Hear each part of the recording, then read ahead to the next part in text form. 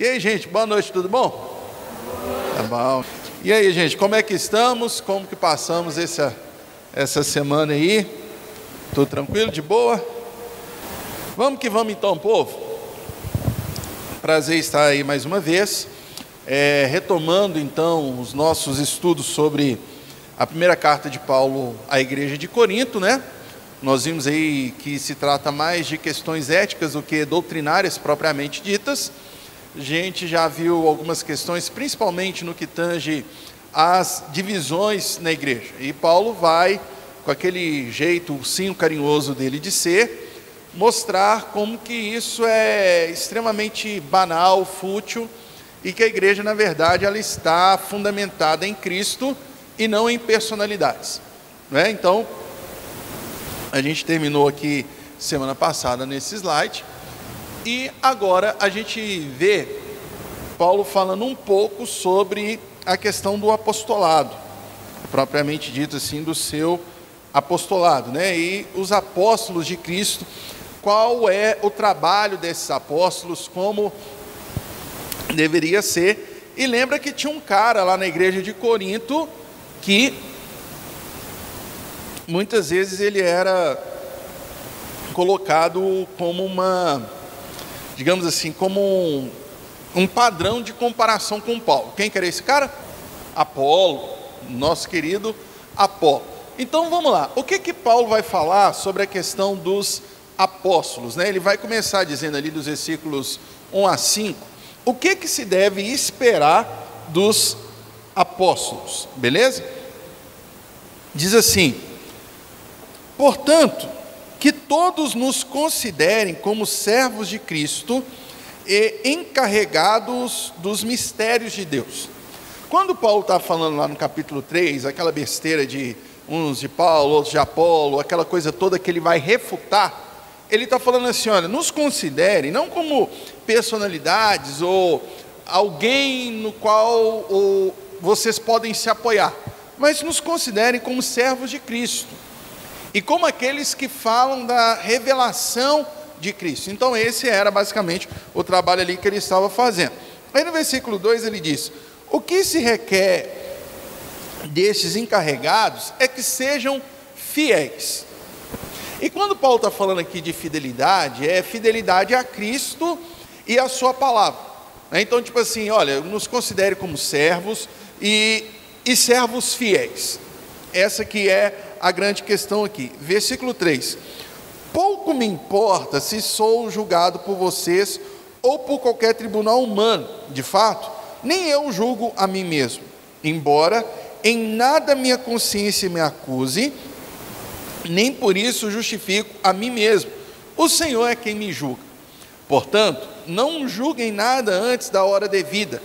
Esperem até que o Senhor venha. Ele trará à luz o que está oculto nas trevas e manifestará as intenções dos corações. Nessa ocasião, cada um receberá de Deus a sua aprovação. Não é? Tipo assim, a igreja de Corinto, ela tinha a mania de ficar elegendo ou condenando determinados líderes. E Paulo vai falar assim: gente, nem eu estou julgando a mim mesmo, né? Então, e ele fala assim: na verdade eu sou julgado por Cristo. E ele vai falar um negócio aqui muito interessante: esperem até o dia no qual haverá de fato o julgamento. E nesse dia, Deus trará à luz as coisas ocultas. Gente, é muito interessante essa noção de Deus trará à luz as coisas ocultas. É que geralmente a gente imagina assim, coisas ruins que nós temos escondidas ali no guarda-roupa das nossas vidas, né? Aquela poeirinha que a gente vai jogando para debaixo do tapete, tudo e tal. Mas eu acho muito interessante, o que Cristo traz à luz são as ações e as intenções que regem essas ações. Exemplo, quando a gente fala isso, a gente tem que considerar duas coisas. Nós temos a possibilidade de fazermos a coisa certa com a intenção errada. A gente não tem esse de fazermos as coisas certas com as intenções erradas. E nisso aqui, quem quer fazer para aparecer se lasca.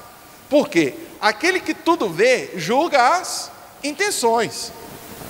né? E a intenção ela é mais determinante em certo sentido do que a ação. Porque a gente também pode fazer muitas vezes uma coisa aparentemente errada, ou uma coisa ruim, ou uma coisa até mesmo que a pessoa não goste. Mas Deus vendo a intenção por detrás daquilo, isso pode receber a aprovação de Deus. Então, tipo assim, diante de Cristo estão as nossas ações, mas também estão as nossas intenções. Isso é muito interessante nós pensarmos em intenções. Então Paulo está falando assim diante da igreja: olha gente, eu tenho a minha consciência tranquila, que no dia que a Receita Federal passar a malha fina aí, eu estou tranquilo. No dia que Jeová, eita, olha aí, ó, passar o pente fino, eu estou tranquilo. Então Paulo está falando assim: tudo que eu faço com essa igreja e por essa igreja, eu entendo que é bom, e outra, é também com boas intenções. Então Paulo está falando isso aqui, não é?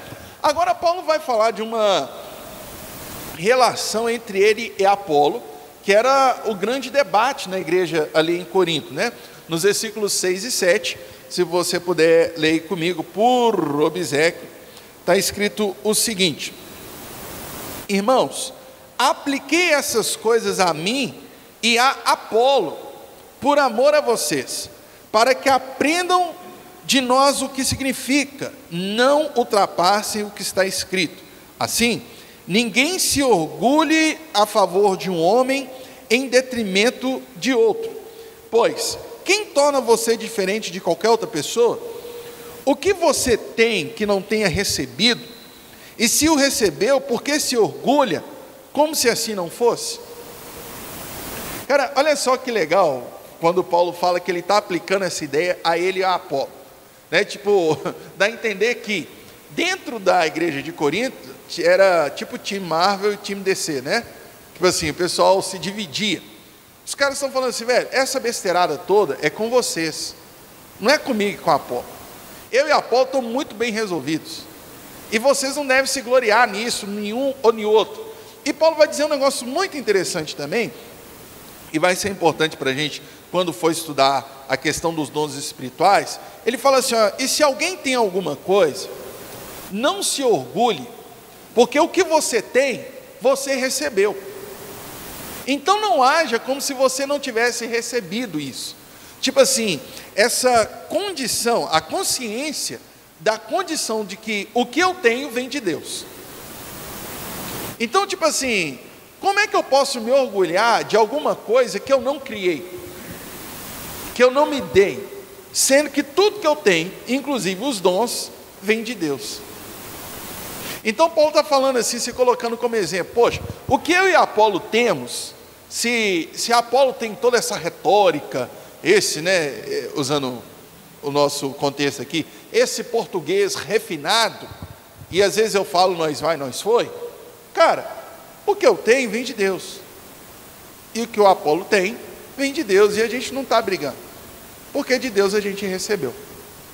Seria essa a ideia. Agora ele vai falar sobre a questão dos apóstolos e a igreja, a partir do versículo 8, leia aí comigo por obséquio. Diz assim: você já tem tudo que quer, já se tornaram ricos, chegaram a ser reis, e sem nós, como eu gostaria que vocês realmente fossem reis, para que nós também reinássemos com vocês, porque me parece que Deus nos colocou a nós, os apóstolos, em último lugar, como condenados à morte. Viemos a ser um espetáculo para o mundo, tanto diante de anjos como de homens. Nesse sentido, Paulo está falando assim: gente, vocês são privilegiados. É paradoxal o que Paulo está falando com aquilo que ele diz a Timóteo e a Tito, que quem deseja o episcopado, excelente obra deseja, né? Tipo assim, o pastorado, a liderança, é sim algo nobre, mas Paulo está falando assim: cara, vocês já são ricos, e são ricos por conta do trabalho que está sendo ministrado a vocês. E por que em certo sentido vocês são melhores do que nós? Porque o nosso está na reta, a nossa vida está na reta. O de vocês não. Nós, apóstolos, né, nós somos dados como espetáculo ao mundo. É interessante isso, porque quem gosta um pouco de história da igreja aí sabe que o único apóstolo que morreu de morte morrida, como diria o outro, foi João. Todos os outros foram martirizados. Aí, vale uma leitura para os nossos dias, que a ideia do apóstolo está relacionada a glamour. Não é? Eu temo, gente, que pastor já não é nada. Você falar pastor, o que você é? Eu sou pastor. Não, o que você é de importante? Não, eu sou bispo. Bispo ainda tem um certo prestígio, assim, né? Vamos colocar nesse sentido, porque até bispo já está ficando desvalorizado, porque a ideia, parece que as pessoas estão criando nomes. Aqui vale a crítica, tá? Nós temos já patriarcas, nós temos até mesmo reis dentro da igreja evangélica brasileira. Isso é complicado. E Paulo está falando assim, cara, me parece que na fila do pão, Deus colocou os apóstolos por último. Então, não fica achando alguma coisa, não. O texto continua dizendo, no versículo 10, nós somos loucos por causa de Cristo, mas vocês são sensatos em Cristo. Nós somos fracos, mas vocês são fortes. Vocês são respeitados, mas nós somos desprezados. Até agora estamos passando fome, sede, necessidade de roupas, estamos sendo tratados brutalmente, não temos residência certa e trabalhamos arduamente com as nossas próprias mãos. Quando somos amaldiçoados, abençoamos. Quando perseguidos, suportamos. Quando caluniados, respondendo amavelmente. Até agora nos tornamos a escória da terra, o lixo do mundo. É muito interessante essa tratativa que Paulo fala, né, que os apóstolos recebiam. É coisa boa que eles estavam recebendo? Sim ou não? Não era coisa boa, não. E sabe o que é o mais louco? A gente poderia pensar assim, é o mundo que está fazendo com eles. Mas quem vocês acham que fazia isso aqui com os apóstolos? A própria igreja. Interessante isso, né? A própria igreja. Então vamos lá. Versículo 14. Paulo era muito engraçado, né? Ele diz assim, não estou tentando envergonhá-los ao escrever essas coisas, mas procuro adverti-los como a meus filhos amados. Embora possam ter 10.000 tutores em Cristo, vocês não têm muitos pais, pois em Cristo Jesus eu mesmo gerei por meio do Evangelho. Portanto, suplico-lhes que sejam meus imitadores. Novamente vai aparecer essa ideia de Paulo convocando, né, a igreja a ser, não, novamente não, né, que é a primeira vez que vai aparecer, e daqui a pouco no 11 vai aparecer de novo. Versículo 17, por essa razão estou lhes enviando Timóteo, meu filho amado e fiel no Senhor, o qual lhes trará lembrança a minha maneira de viver em Cristo Jesus, de acordo com o que eu ensino por toda parte, em todas as igrejas. Alguns de vocês se tornaram arrogantes, como se eu não fosse mais visitá-los. Lembra aquela tensão que Paulo tinha com a igreja de Corinto, né? Era uma relação muito intensa. Então Paulo está falando assim, olha, as minhas visitas geralmente são pesadas, aquela coisa assim, porque dá ideia, gente, que não era a paz do Senhor, não. Não era, ô querido, que bom que você está aqui.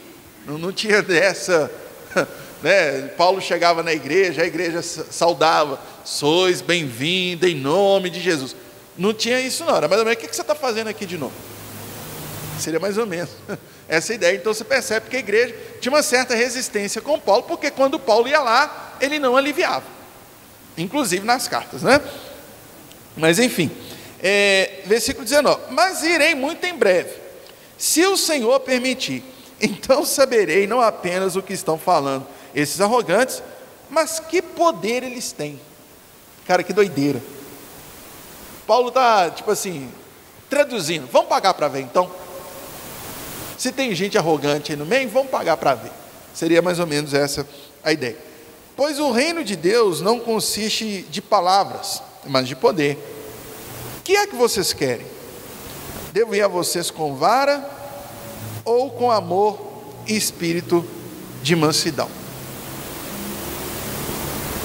Quem nunca, né? Quem se lembra dos seus pais, que era criança, falava assim, você que sabe. Você que vai determinar como é que eu vou te tratar. Não é só eu não, né?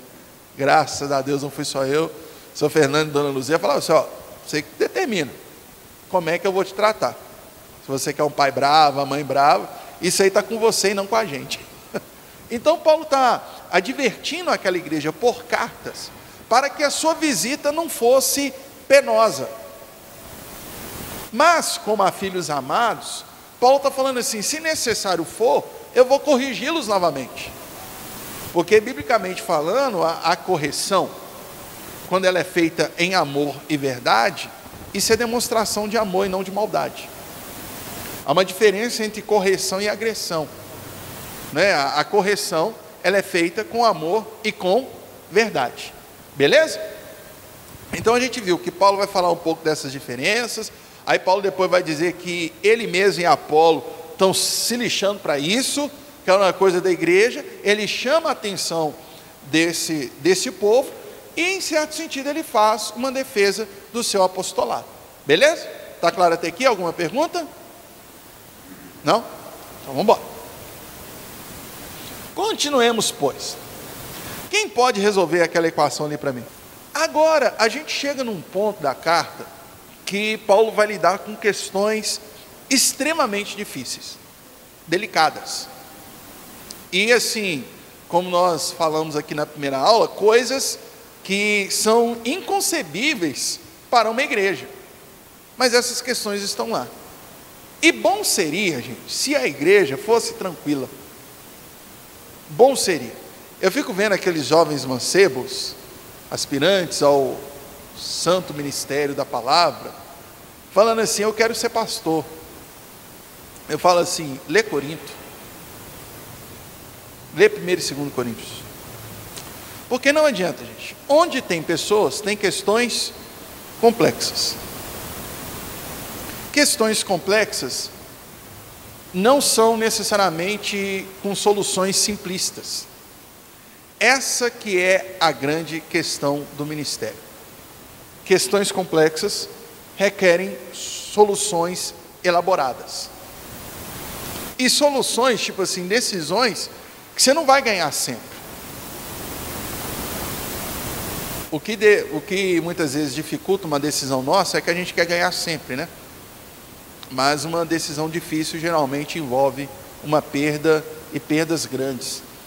Então isso é complicado para a gente. Então a gente chegou no capítulo 5, que aqui Paulo vai falar umas coisas bem complexas.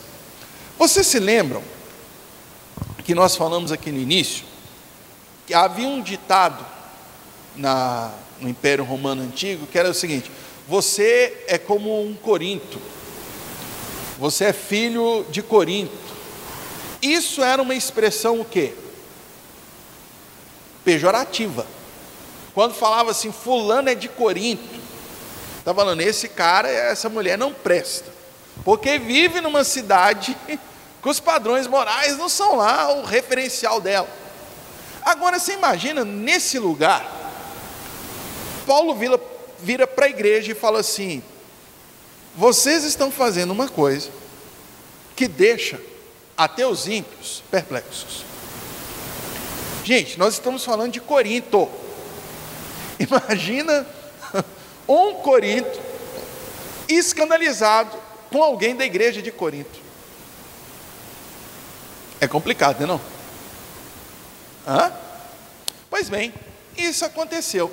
Vamos lá, quem pode ler para a gente aí, por favor, 1 Coríntios capítulo 5, versículo 1. Por toda parte se ouve que há imoralidade entre vocês, imoralidade que não ocorre nem entre os pagãos, a ponto de alguém de vocês possuir a mulher de seu pai. Não. Aqui Paulo fala um negócio muito interessante, que não é de hoje que o bafão corre. Não é tipo assim, se você acha que hoje as coisas viralizam, não é privilégio do nosso tempo, naquela época também viralizava. Né? Porque tipo assim, que eles contavam com o meio de comunicação mais rápido que existe, que é a língua do ser humano. Não é verdade? A gente, onde tem língua do ser humano, ali a informação corre solta. E Paulo está falando assim, por toda parte se ouve. Gente, isso aqui era ter um comentário na cidade. E Paulo agora vai aparecer muito esse termo imoralidade. E há uma imoralidade entre vocês que nem entre os pagãos. Gente, olha que o trem era liberal na cidade de Corinto, eles estão falando assim, e Paulo está falando, há uma imoralidade entre vocês que nem entre os pagãos há. Que imoralidade que é essa? Alguém possuindo a mulher do pai. Pela fala de Paulo, dá a entender que não era uma relação incestuosa, porque acredito eu, sendo criterioso como ele era, se assim o fosse, ele diria alguém se deitando com a própria mãe. Uma coisa que eu acho muito interessante nessa tratativa de Paulo, é que ele fala do pecado sem expor as pessoas. Isso aqui eu acho bonito demais, né, Paulo, nesse sentido aqui, porque é algo extremamente grave, e dá a entender também que Paulo nem precisava falar, que é a mesma coisa que, tipo assim, qual que é o seu nome? Antônio. Posso te usar como exemplo aqui, Antônio? É como, tipo assim, eu falasse, a igreja é imersão. Olha, eu fiquei sabendo que é entre vocês alguém que está de camisa vermelha. Isso não pode no evangelho, tudo e tal. Gente, quem é que está de camisa vermelha aqui? É o Antônio, é o único que está de camisa vermelha. Tipo assim, eu nem preciso expor, só de falar, cara, se era fato conhecido fora da igreja, inclusive dentro da igreja.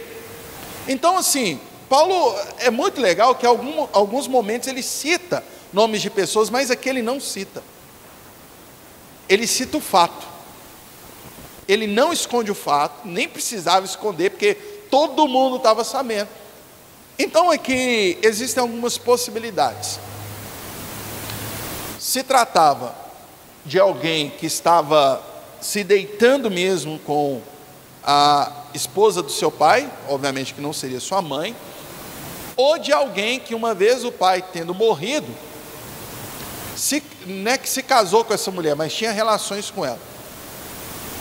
Então a gente tem essas duas possibilidades aí, mas de qualquer maneira as duas eram coisas assim da galera de cair o queixo, como diria o outro, né? Então Paulo vai falar dessa imoralidade aí que deixava a galera boca aberta.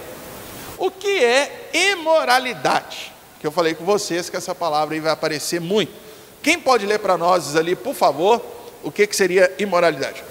A palavra grega que aparece aqui é porneia, que significa fornicação, prostituição, incesto, adultério. Conhecer no sentido de intimidade e figuradamente idolatria. Cara, isso aqui tem altos ensinamentos para a gente. Muito, muito legal, né? Quando fala assim de imoralidade, a gente vai falar um pouco mais lá no capítulo 7, mas percebe que há um padrão divino para a sexualidade do ser humano. Então, quando se fala de imoralidade, seriam práticas que fogem desse padrão divino. Nota a minha fala, padrão divino. Ok? Então, tipo assim, o que cada um faz na sua vida, cada um dará conta diante de Deus. Tá? Quem somos nós para ditar as práticas sexuais de alguém? Mas assim, que cada um tenha consciência que dará conta diante de Deus. Vamos colocar nesse sentido.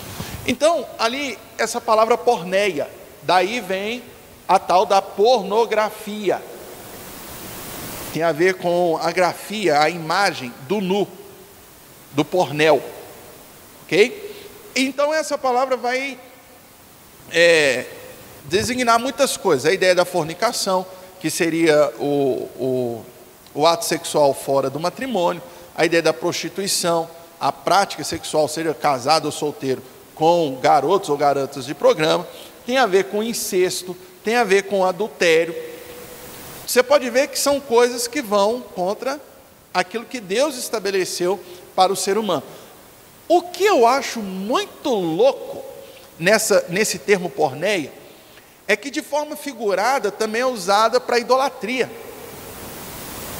E em certo sentido, né, tipo assim, percebe-se que a questão do sexo era um ídolo, né, na cidade de Corinto. E o que eu acho muito louco, velho, é que as questões de sexualidade são ídolos do nosso tempo. Tanto que você pode ir contra Deus, mas não contra a sua sexualidade, né? Tipo assim, ainda hoje eu estava dando aula pela manhã, e eu falei assim, do termo idolatria, que muita gente fala que aquilo, o que é o ídolo? É aquilo que você coloca no lugar de Deus. Geralmente é esse o conceito que a gente ouve de idolatria, né? Eu entendo o que alguém quer dizer quando fala essa frase. Porém, todavia, entretanto, eu acho essa definição um tanto prepotente. Como assim? Para eu colocar algo no lugar de Deus, eu tenho que tirar Deus do seu lugar. Ou eu estou errado? É tudo aquilo que eu coloco no lugar de Deus. Então, teoricamente, eu teria que tirar Deus do seu lugar. Idolatria é, então, eu me relacionar com algo da maneira que eu deveria me relacionar exclusivamente com Deus. E uma das coisas que são exclusivas de Deus é o reconhecimento da sua soberania. Ou seja, o intocável na minha vida é Deus e não qualquer outra coisa. E para muita gente, ideologia política é intocável. Você pode até tocar em Deus, menos na ideologia dele. Para muita gente, as questões de sexualidade são intocáveis. Deus pode até ser tocado, mas a sexualidade exerce um papel de soberania na vida dele. Isso é idolatria. É como eu sempre digo, né? Eu não me assusto que Cristo me custe tudo. Eu me assusto se alguma coisa me custa Cristo. Isso é idolatria. Então, vamos lá. Quais são, então, as orientações de Paulo para essa situação específica? Gente, uma coisa que a gente precisa resgatar na igreja, algo chamado disciplina eclesiástica. A gente nem ouve falar nisso, né? Disciplina eclesiástica, disciplina... É raro a gente ouvir falar sobre isso. Infelizmente, os exemplos históricos que nós temos, assim, de disciplina, elas pararam na exposição da pessoa e mais na condenação do que na restauração da pessoa, porque o processo disciplinar bíblico tem a ver com restauração e não com destruição. Aí que nós, igreja, erramos muito quando nós não disciplinamos ou quando nós disciplinamos da maneira errada. Não é tipo assim, qual é a crítica que se faz, por exemplo, ao sistema carcerário brasileiro? Que a gente não está corrigindo as pessoas, né? Tipo assim, em certo sentido, elas saem da detenção piores do que elas entraram. E é isso que acontece com muitas disciplinas eclesiásticas. A gente acaba trazendo a pessoa pior do que quando ela entrou. Então vamos ver as orientações que Paulo traz para essa ideia desse pecado que havia ali na igreja. Olha só o versículo 2. Diz assim, cadê? E vocês estão orgulhosos. Não deveriam, porém, estar cheios de tristeza e expulsar da comunhão aquele que fez isso? Paulo está falando assim, cara, vocês estão com certo... Parece que vocês estão até com orgulho de manter essa pessoa. Mas vocês não deveriam estar tristes com isso e tirar de comunhão essa pessoa? Será que vocês não deveriam fazer isso? Aí a gente para e pensa assim, poxa, mas como é que a gente vai tratar essa pessoa se ela não está no meio de nós, né, tudo e tal? Olha só que legal isso aqui, porque a gente poderia pensar assim, qual é um dos objetivos do cristão? É não se envolver com o mundo, não é isso?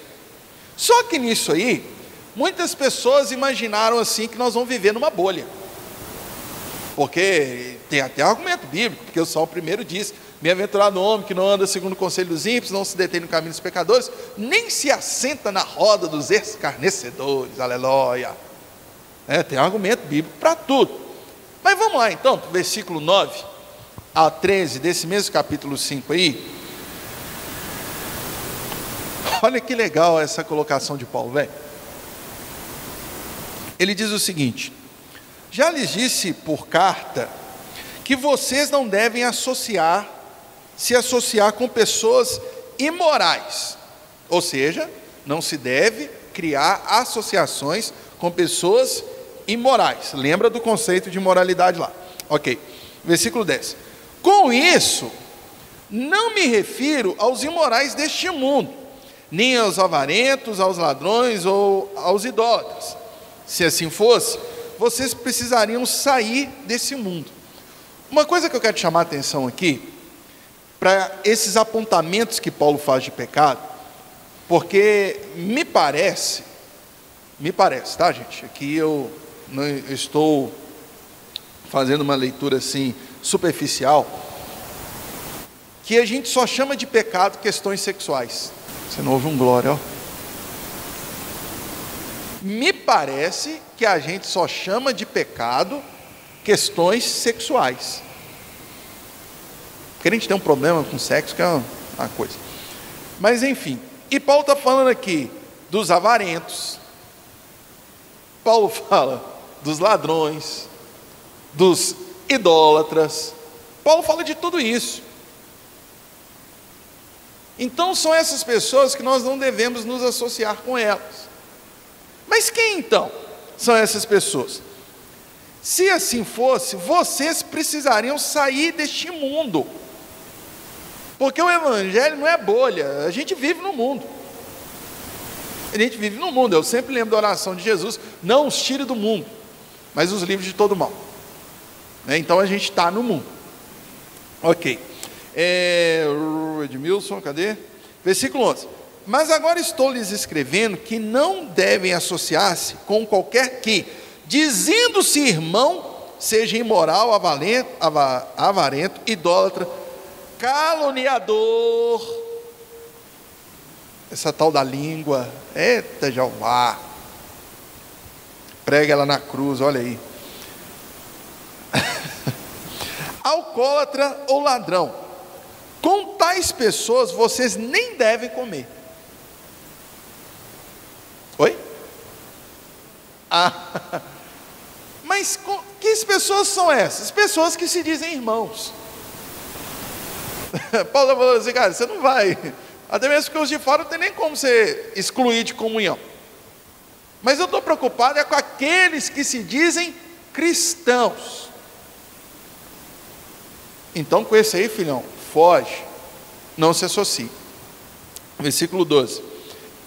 Pois como haveria eu de julgar os de fora da igreja? Não deve você julgar os que estão dentro? Deus julgará os de fora.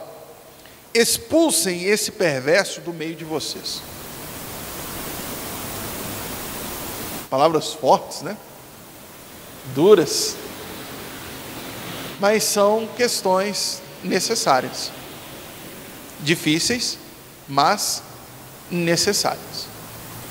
Aí eu quero só chamar a atenção aqui, seguinte: Paulo começa falando de moralidade, mas depois ele faz vários apontamentos que nada tem a ver com sexo. Porque, gente, pecado, quando eu digo assim, pecado, algo que vai contra aquilo que Deus estabeleceu como propósito, não é só questões sexuais, não são somente questões sexuais.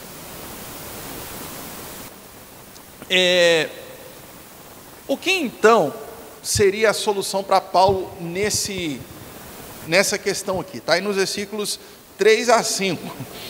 Apesar de eu não estar presente fisicamente, estou com vocês em espírito, e já condenei aquele que fez isso como se estivesse presente. Quando vocês estiverem reunidos em nome do nosso Senhor Jesus, estando eu com vocês em espírito, estando presente também o poder do nosso Senhor Jesus Cristo, entreguem esse homem a Satanás, para que o corpo seja destruído e seu espírito seja salvo no dia do Senhor. Nó!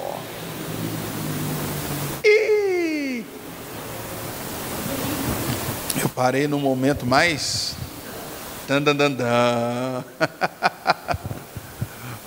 vamos lá. O que seria então esse entregar a Satanás?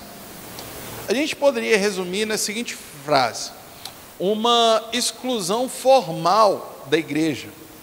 Tanto que Paulo está falando, né, quando eles reunirem, né, em poder, em autoridade, tipo assim, dá a entender uma manifestação pública da igreja com tal pessoa que cometia tais atos. E esse entregar a Satanás vai aparecer em outro momento, numa literatura paulina também. Quem pode ler para a gente lá, 1 Timóteo, capítulo 1, versículos 19 e 20. Mantendo fé e boa consciência, porquanto alguns, tendo rejeitado a boa consciência, vieram a naufragar na fé. E dentre esses se contam Himeneu e Alexandre, os quais entreguei a Satanás, para serem castigados, a fim de não mais blasfemarem. Ah, tá. Então vamos lá, gente. Não existe na Bíblia um indicativo de que o cristão entrega o outro a Satanás, no sentido de, tipo, como entregar para o domínio de. Seria mais ou menos essa ideia. Aqui, pelo menos a maioria dos estudiosos concorda que se trata de uma expressão, de uma hipérbole, de um exagero, no sentido de tira esse cara do meio. Seria mais ou menos essa ideia. Quando fala assim, entregar a Satanás, seria essa exclusão formal da igreja. É como se, obviamente, o reino de Deus, ele não se limita à igreja, né? Mas quem está no reino, né, em certo sentido assim, da confissão em Cristo, essa pessoa é a igreja, faz parte da igreja. Então, colocar, tipo assim, entregar a Satanás, é literalmente tirar da igreja.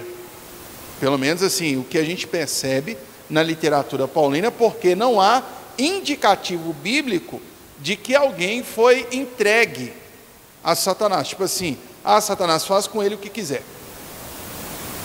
Né? Então, e daqui a pouco isso vai ficar mais claro para a gente, porque Paulo vai falar da finalidade daquilo que ele está dizendo. Então, esse entregar a Satanás não é entregar a esse Satanás, né, o adversário de Deus, mas seria essa exclusão formal da igreja. É tipo assim, você não está mais dentro de casa agora. É como se lá fora de casa você estivesse, digamos assim, suscetível a algumas coisas malignas, por exemplo. Seria mais ou menos essa ideia. Então não é entregar a Satanás, nós vamos fazer um ritual de invocação lá na igreja, alguém desenha um pentagrama aí, vão invocar aqui o chifruto e falar assim, toma, que esse é seu. Não, esse entregar a Satanás, então, é a ideia de exclusão formal da igreja. Tá bom? É como tirando essa pessoa da igreja. Beleza? Então não seria essa ideia de vamos entregar mesmo assim, até mesmo porque quem teria poder de fazer isso, né? Então você percebe que é uma reação de Paulo diante de situações extremas, tal como ele está falando com Timóteo.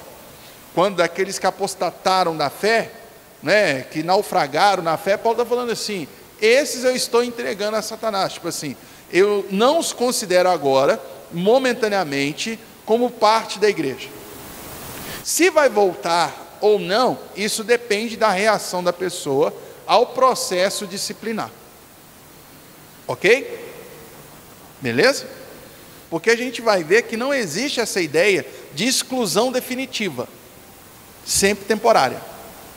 Aí, tem outra parte no texto que vai elucidar mais para a gente também, e diz assim, e para que o corpo seja destruído, e para que o seu corpo seja destruído.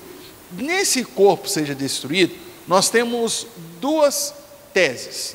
Primeiro, que se trataria da mortificação da carne, no sentido assim, desses impulsos carnais.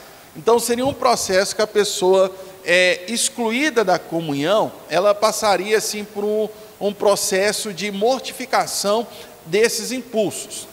A segunda tese, que fala de consequências físicas mesmo, que aquela pessoa estaria sujeita. A tese mais aceita nos círculos teológicos é a primeira, que se trataria de um processo de mortificação da carne. Tipo assim, um processo no qual a pessoa se torna consciente de que ela está agora excluída da igreja. Porque dá a entender, pelo que Paulo fala, que essa pessoa ela estava confortável com a situação dela dentro da igreja. Então, tipo assim, seria meio que um tratamento de choque para essa pessoa entender a gravidade daquilo que estava acontecendo com ela.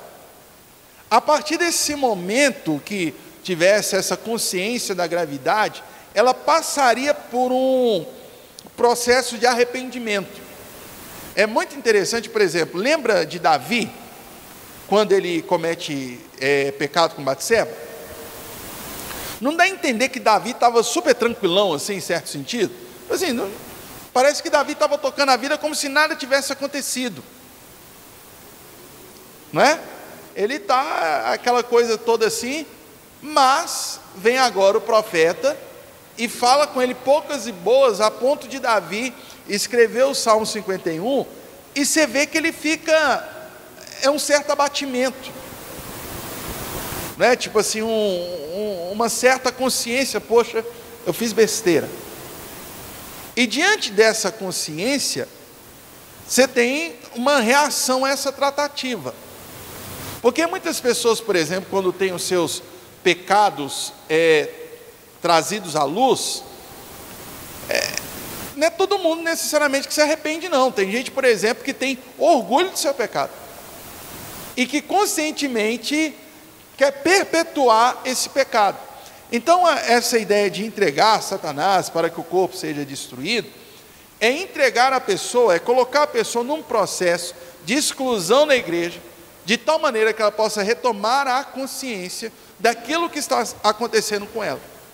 Porque deixá-la lá no meio da comunhão, em certo sentido, é ser condizente com aquilo que ela estava fazendo. Entenderam? Mais ou menos assim. É uma questão complicada, né? E eu fico imaginando nos nossos dias, um pastor chegar na frente da igreja e falar: fulano a partir de hoje está entregue a Satanás. Você fala: o que é isso? Quem Deus Pai? Não é?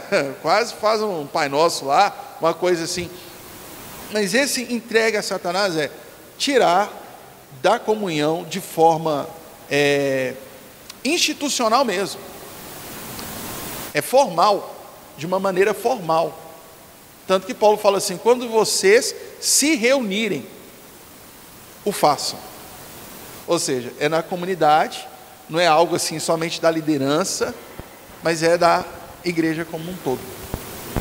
Tá bom? Então, por que a gente não entende que é de uma forma literal? Porque não existe indicativo bíblico que a igreja pode fazer isso. Entregar alguém a Satanás. E outra, se assim eu pudesse também, você já imaginou como que isso seria feito por vaidade?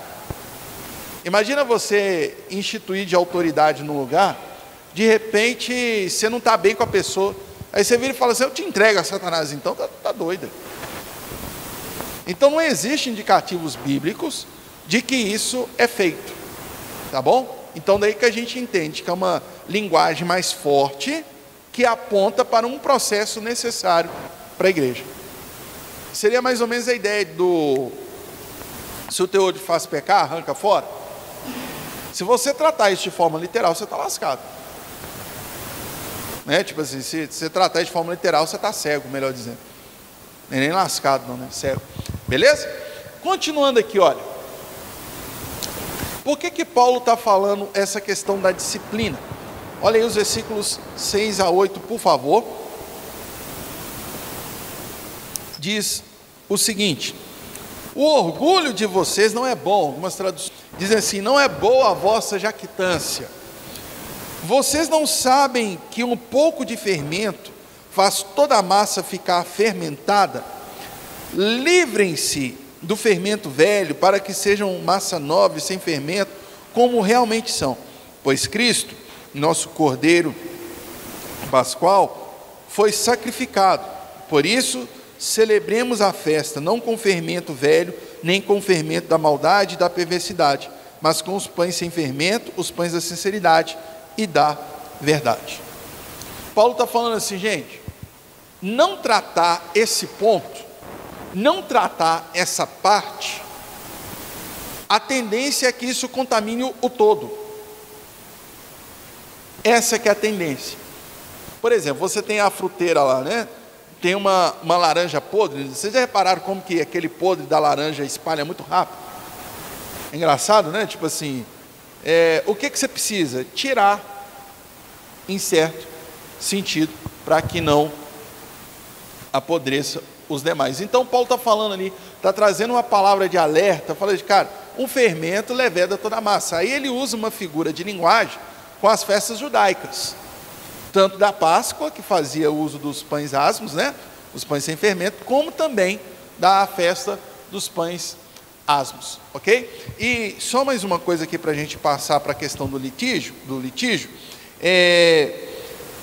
o versículo 5, aí do capítulo 5 diz o seguinte: entreguem esse homem a Satanás, para que o corpo seja destruído, e seu espírito seja salvo no dia do Senhor. Veja que a finalidade é de restauração, e não de destruição. Tá? Que Paulo vai deixar isso claro para a igreja, para que o seu espírito seja salvo no dia do Senhor. É como se Paulo estivesse falando assim, é melhor ele passar por esse processo agora, do que desbandeirar de vez. Aí aqui tem uma coisa muito interessante. O que Paulo estava falando que era um absurdo naquela igreja? É interessante aqui, que Paulo não se dirige ou não fala da mulher.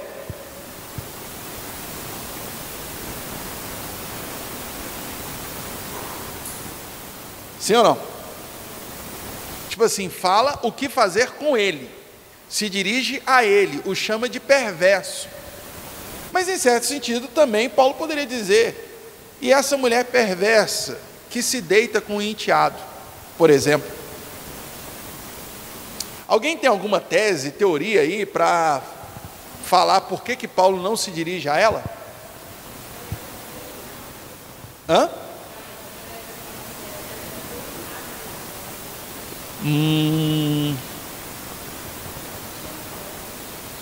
Interessante.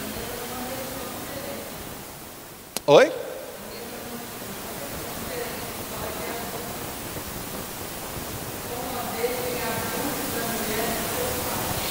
Abuso dá a ideia de não consentimento, né? Interessante. Alguém tem mais alguma teoria aí? Do porquê Paulo não se dirige em momento algum à mulher? Porque ele está falando, há quem se deite com a mulher de seu pai. Alguém imagina? Não? É provável, gente, é provável que, lembra que a cidade toda sabia? Lembra disso? Estava mó bafafá lá. É provável que o pai e essa mulher não fossem da igreja, somente o cara, somente o filho. É provável que a mulher e o seu marido, né, não fossem da igreja. É provável. Daí que Paulo não se dirige à mulher. E ele está sendo coerente com o seu argumento de julgar os de dentro e não os de fora. Tipo assim, se alguém está tendo um caso com alguém lá de fora, eu não vou dar esparro em alguém lá de fora, eu vou conversar aqui dentro. Então é provável que o pai e essa mulher não fossem da igreja. Beleza? Vamos lá então. A questão do litígio entre os irmãos. Litígio. Vou te processar. Vou entrar com processo, chamar o advogado, você vai ver. Vamos ver, entender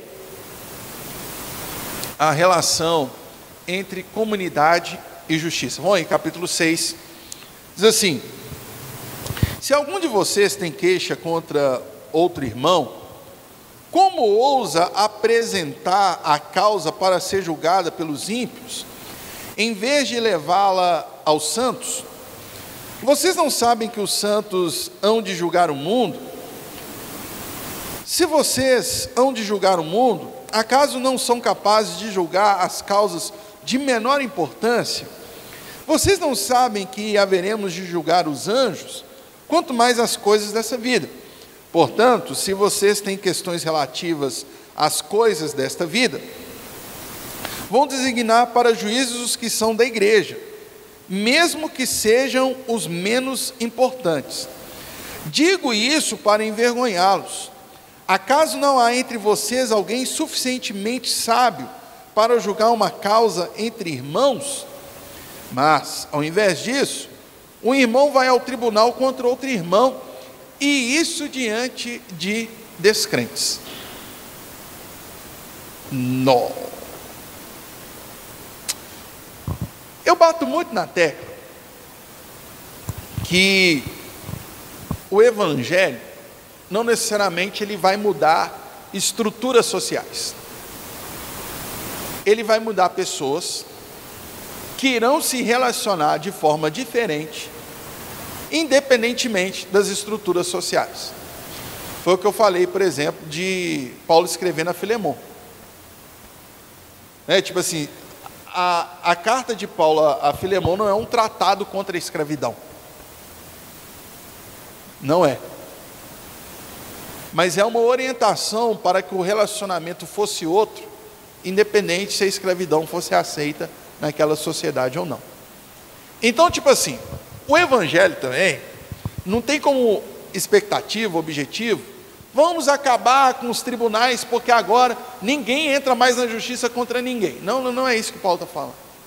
Paulo está falando assim, gente, verdade seja dita, e que vergonha de vocês, porque vocês não sabem julgar as suas próprias causas, e vocês estão levando isso diante dos descrentes. Aí eu fico imaginando, né, o irmão fulano de tal chegando com o irmão fulano de lá, porque tiveram uma questão. Aqui, gente, é uma coisa interessante. Fazer negócio com crente é muito complicado. Empregar crente é muito complicado. Há muitos patrões evangélicos, empresários, por exemplo, que falam assim, cara, eu não contrato crente, porque se confunde demais as coisas.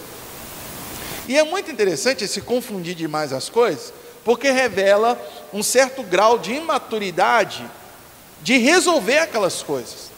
Por exemplo, um cara, que sei lá, um irmão que faltou no emprego dele, ele vai ter esse dia descontado, sei lá, que faltou para ir num congresso.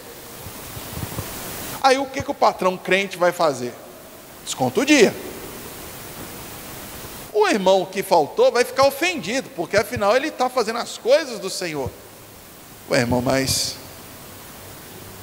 você vai me desculpar, você não produziu um dia, não é? Você não produziu um dia, e aí? Como é que vai tratar isso? Ah, vou levar meu patrão na justiça. Não é levar seu patrão na justiça. Será que vocês não têm maturidade para lidar com isso? Paulo está falando, chamando a atenção daquele que fala assim, gente, como é que vocês ficam levando diante dos descrentes? Paulo não está falando contra a justiça, e quando eu estou falando justiça, vamos colocar aqui o judiciário. Não é isso que Paulo está condenando. Paulo está falando assim, por que que isso não foi resolvido antes de se levar lá? Exemplo, quando se tem uma questão, um problema, alguém está errado, sim ou não?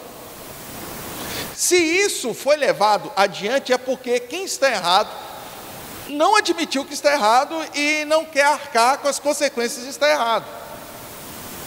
Imagina você, você não, mas imagina dois irmãos, uma mesma igreja, indo para a igreja, glória a Deus, aleluia. Aí no último sinal, antes de chegar à igreja, um bate na traseira do outro.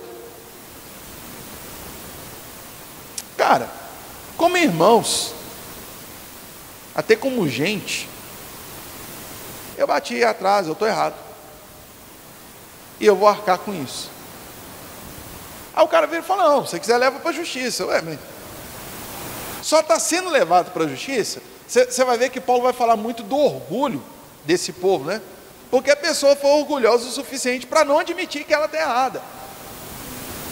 Então, tipo assim, os problemas só são levados a instâncias superiores quando quem está errado não admite que está errado.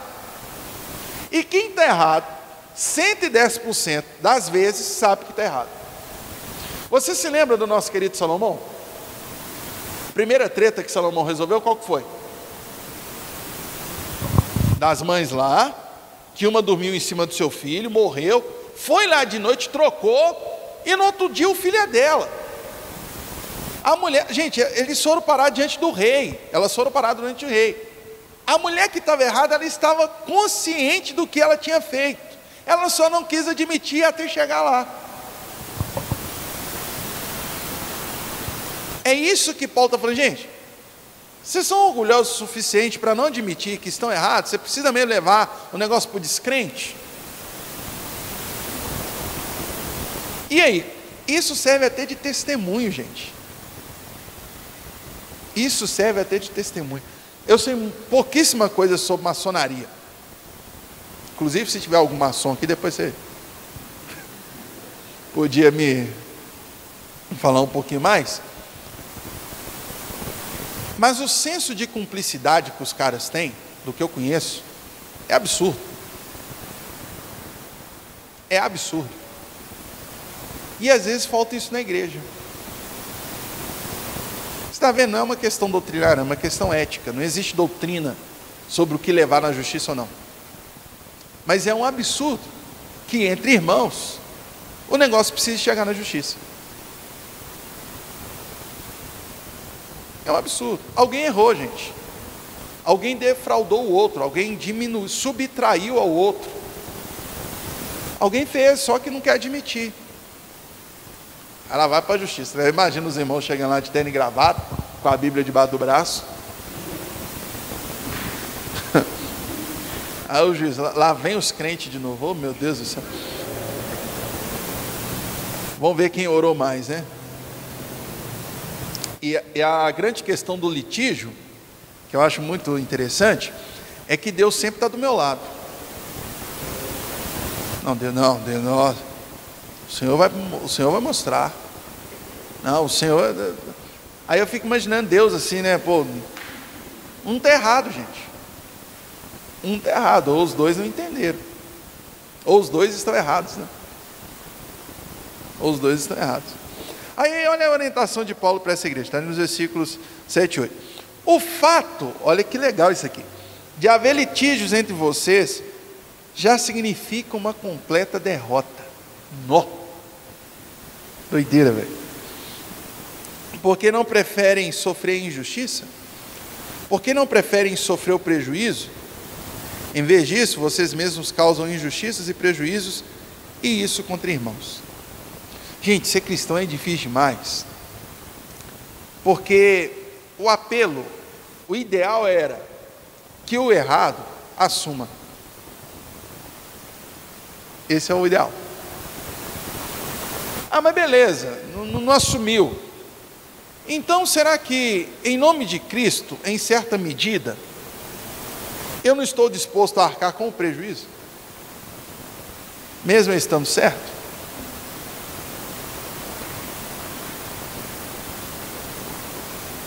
O que é o perdão, senão o que fora agredido arcar com prejuízo? Isso é perdão. É que foi ofendido arcar com o prejuízo. Vocês estão achando que ser crente é brincadeira? O ideal seria que quem está errado assumisse. Beleza. Aí Paulo fala assim, mas poxa, será que quem então sofreu prejuízo não arque com isso? Porque o justo, o que ele nos ensinou na cruz é, eu vou assumir o prejuízo que eu não me causei. Aí talvez você está pensando assim, mas Paulo está chamando a gente de bobo, está falando para a gente ser bobo? Não. Até mesmo, gente, porque esses litígios, a gente não sabe ao certo sobre o que era. Não é? Tipo assim, o cara que bateu lá no meu carro, velho, não sei o que, não sei o que, não sei o que, não sei o que, beleza. E é muito engraçado, né, que as pessoas hoje, quem está errado conta mais com a justiça do que quem está certo. A esperança hoje de quem está errado é que o cara vai desistir de entrar na justiça. Eu que não tenho condição de arcar com o meu prejuízo agora, então e outra, não é irmão em Cristo, né? Mas olha que louco, eu acho muito legal essa expressão de Paulo.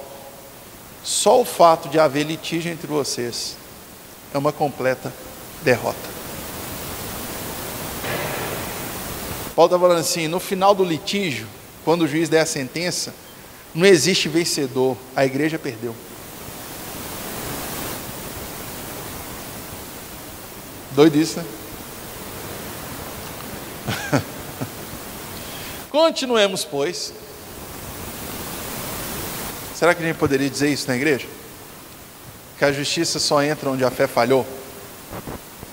E quando eu estou falando fé, eu não estou pensando nessa fé em Deus, eu estou pensando na fé, esse conjunto de crenças que nós temos. A gente não partilha da mesma fé, a gente não acredita na mesma coisa. Então, em certo sentido, se eu precisar entrar contra o meu irmão na justiça, será que é porque a fé falhou? E ela falhou em todos os sentidos. Primeiro, aquele que está errado não reconheceu o seu erro. E num sentido ainda mais elevado, o que estava certo não assumiu prejuízo. Novamente, gente, a gente não sabe ao certo aqui quais litígios eram esses. E o tanto de negócio entre crente que só Jesus na causa.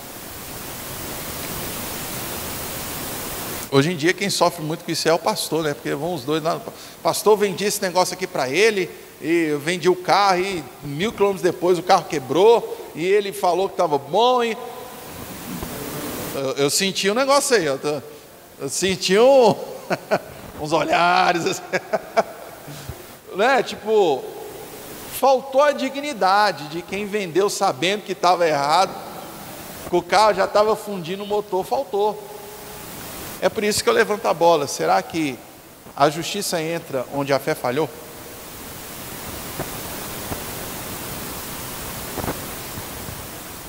Interessante, né?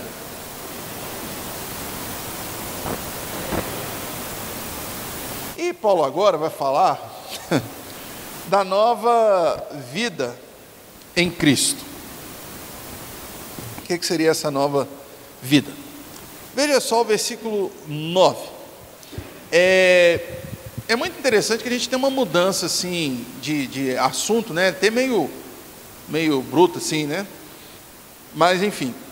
Vocês não sabem que os perversos não herdarão o reino de Deus? Não se deixem enganar. Nem imorais, nem idólatras, nem adúlteros, nem homossexuais passivos ou ativos, nem ladrões, nem avarentos, nem alcoólatras, nem caluniadores, nem trapaceiros herdarão o reino de Deus. Assim foram alguns de vocês, mas vocês foram lavados, foram santificados, foram justificados no nome do Senhor Jesus Cristo e no Espírito do nosso Deus. Isso aqui é muito legal, que Paulo agora ele vai entrar novamente em questões morais, mas não em um caso específico como foi no capítulo 5. Agora ele está tratando assim de uma forma generalizada. E Paulo vai falar algumas questões aqui muito interessantes, que ele diz assim: assim eram alguns de vocês. Porque isso é a igreja. A igreja é uma comunidade de né? A igreja é Deus gritando para o mundo que há a possibilidade de mudança de vida. E Paulo vai contrastar essa ideia do que eu era com o que eu sou agora. E quem que eu sou agora? Santificado, justificado por Cristo Jesus e pelo Espírito Santo. Paulo está contrastando a ideia assim, gente, Isso aqui era a prática de vocês. Mas agora vocês foram santificados. Beleza? Fim do filé? Desistiu de entrar na justiça aí contra o seu irmão? Oi? Jesus amado. Não, gente, o tempo passa muito rápido, mas vamos lá. Então, obrigado. Até semana que vem. Nossa, semana que vem tem umas coisas legais demais pra gente. Guarda essa questão aí dos homossexuais passivos e ativos. Nós vamos falar um pouco sobre isso aqui. Deus abençoe, gente.